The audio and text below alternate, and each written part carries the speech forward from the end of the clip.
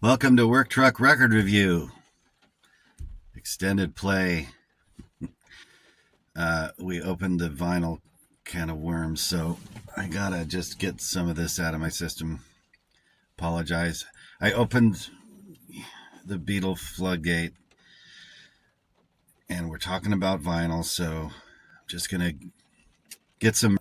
I'm gonna get some recent purchases talked about, and then I can put them back on my shelf, and we never have to discuss this ever again. I've got some things on my mind. Okay, first of all, in no particular order, chronology, I picked up this copy of VJ introducing the Beatles at Easy Street for like $5 because it's marked up on the backside. Now this is a legit copy. The dead wax is less than 7/8 of an inch, and it has the Beatles above the knockout hole in the middle. So it is an actual legit VJ issue, and what makes it even more so, adds to its authenticity, is this girly graffiti on the back. It's so cute. Look, ruby red lips, underlined favorite songs. Looks like all of them are, but do you want to know a secret is circled, and then she writes her name, which appears to be Aline Ostland, and you can tell she was probably in her early teens and very much in love with the Beatles. I think that's actually makes the record worth a lot more to me. That kind of visible affection as an artifact is pretty cool. Another find recently for a decent price at Easy Street was this copy of second album in mono. This stereo version is drenched in reverb. So when you put on side one, Roll Over Beethoven is noticeably dry with George's opening riff. So it sounds cool. It sounds cooler in mono.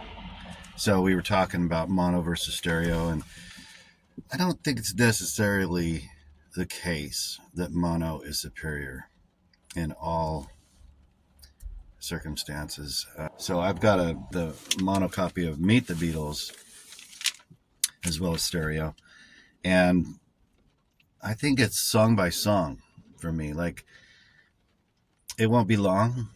To me, sounds better in stereo. Seems to pop out a little better. But I think this album overall is a better choice in mono. Which brings me to what I bought yesterday at Hex Induction in Lake City. Killer record store. Great stuff. Gold mine. Great prices. And the best part is, we'll get to, is their descriptions on their sale tag. So this is a early pressing of Rubber Soul Mono UK Parlophone. And what does it say here? UK 1965 mono pressing. Plays well somewhere. So it is in pretty good shape.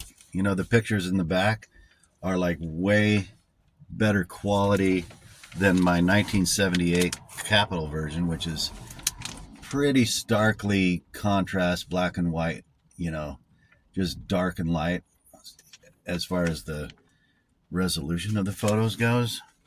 But there's a lot more kind of visible detail in the photos of the early UK pressing. And it's got the flip backs, which is kind of cool.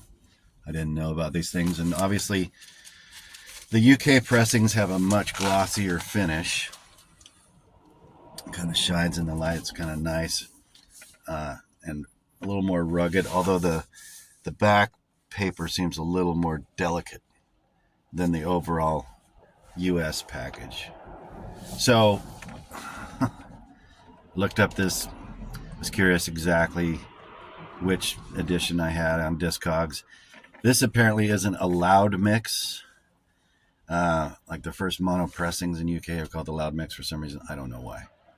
And I didn't want to go here. I didn't want to get into matrix numbers and all the little Easter eggs all around the cover, but So this is an XEX 579-5, and on side A, side B is 580-5. So it's a -5 pressing. According to Discogs, that's a 1966 thing, but what screws that all up is the center label is serif font on the track listing on both sides.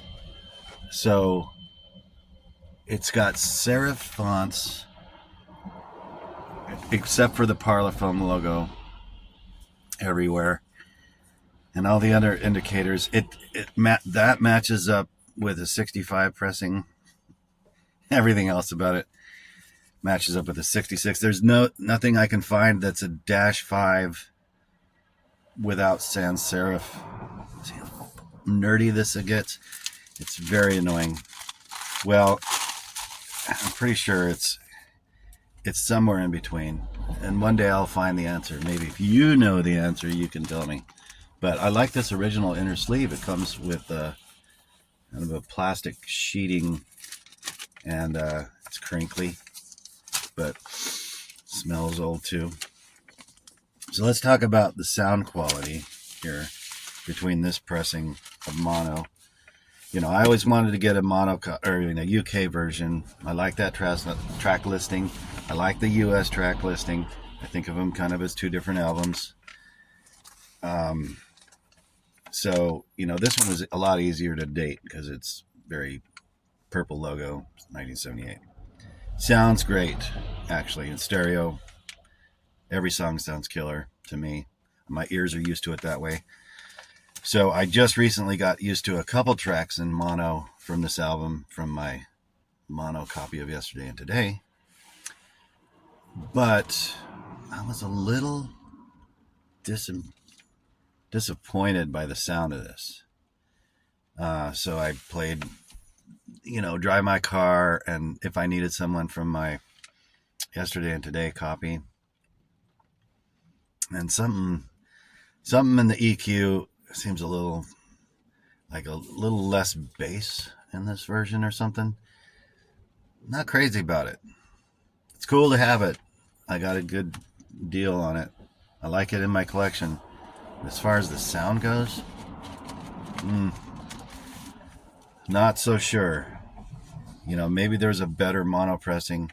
Maybe there's, maybe that loud mix, whatever, sounds a lot better than this one. It's okay. It's all right. So I did get that Yesterday and Today copy from Hex Induction as well. And, that track listing is pretty cool too. And if you just want to spin the US Rubber Soul and then the Yesterday and Today right afterward, there's nothing wrong with that. Of course, you can play the US, version of Revolver. And I'm borrowing this copy from my friend Jeannie Arcano, who's my mom's age. It's my mom's friend way back in the 60s. She's still around. Wonderful lady. Has a lot of cool old first pressing Beatles albums. And she's gracious enough to let me borrow them.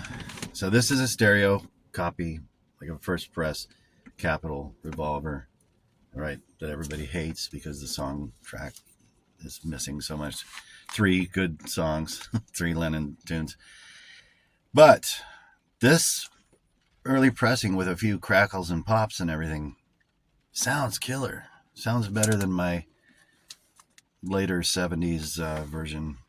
Its EQ sounds a little brighter or something. I don't know. I don't know if I even can discuss these things with any authority other than just being a Beatle nerd. The cover is in good shape. I heard some concerns recently with the box set from 2022 that the artwork, the original Klaus's artwork, has been lost. So all the reproductions of it get darker and darker and of worse quality. But this is pretty good, bright and good. Let's see if we can get in there. You can tell by John's forehead. I guess on the box set, his face is all dark and stuff on this picture right here. You can tell the resolution and quality. But it's always cool to have the real deal. And it's always cool to get a copy with that file under stuff at the top. All right. Before I'm done talking about this, we're going to visit the Rolling Stones for a second, as long as we're into British invasion. So, at Hex Induction yesterday, let's rewind. Last summer when we were in Boise, I got this reissue of Between the Buttons at Record Exchange in downtown Boise, because this is one of my favorite Stones albums, because it's kind of weird. Like, it doesn't stand out as a great Stones album or whatever. People kind of like it's a flyover album. But when I do have a CD copy of it, one of those repress on Digipacks, the SACD or whatever. And I used to, like in the mid 2000s, I would listen to that at work on a Sony Discman before iPods. This was like 2006 or 7, before I had an iPod or whatever. It had a big clunky Discman with headphones, and this album sounded great on CD. And so I bought it on vinyl, thinking that'll sound great too. And the one song that I'm judging its sound on is All Sold Out, because All Sold Out has this killer guitars, like evil sounding, cool, wicked guitar noises. And on the headphones from the CD, they're really present in the mix. It's really cool for some reason. Not so much on vinyl. Kind of buried, kind of like castrated a bit. It's got, Charlie's drums are way up in the mix, and he's kind of clumsily plodding through some parts of that song. So I thought maybe the mono vinyl would sound better. Maybe everything would be like in its place or whatever. So I got this at Hex Induction yesterday, a mono early pressing, in good shape. And again, like this hype sticker, the homemade hype sticker or whatever. It's funny. It's like plays pretty darn good for how it looks and feels. Some of the marks are audible, but not overwhelming. Cover in good shape too. So that's quite a mouthful to write on a sticker, but I like the charm of that. And $15. It was a steal for this vintage,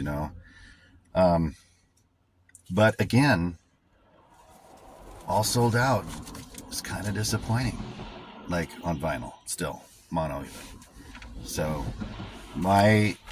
the bulk of my CD collection is in storage, in a box in a shed over there. And I think everybody just stashed their CDs 10, 15 years ago, because we went to streaming and iPods and made room in our house for cat trees and whatnots. Everybody needs more room for something. But I'm starting to miss some CDs. And I started this show because I had a CD player in the truck, which is cool. And I know that somewhere just over there across the sidewalk is a shed full of a lot of CDs. And the thing about CDs, when you gather a collection over the course of 20 years, you're going to have stuff that isn't available on streaming. We forget that. So hopefully we have enough rocket fuel to keep my stupid show going for a while, until I get sick of it, until I, just get lazy and stop doing it. I don't know, do we care? Do we care whether it continues or not? Let's not think about it. Let's just enjoy ourselves in this moment of this wonderful, whatever it is. Is this a vidcast? What are these things called? Anyway, thanks for joining me. Thanks for letting me get this out of my system, all this vinyl garbage. promise next time we're going to listen to a CD. I have something up my sleeve to actually interview an artist in the truck. So thanks for being here. Smash whatever button is you're supposed to smash, I guess. Peace and love. Thank you. Bye.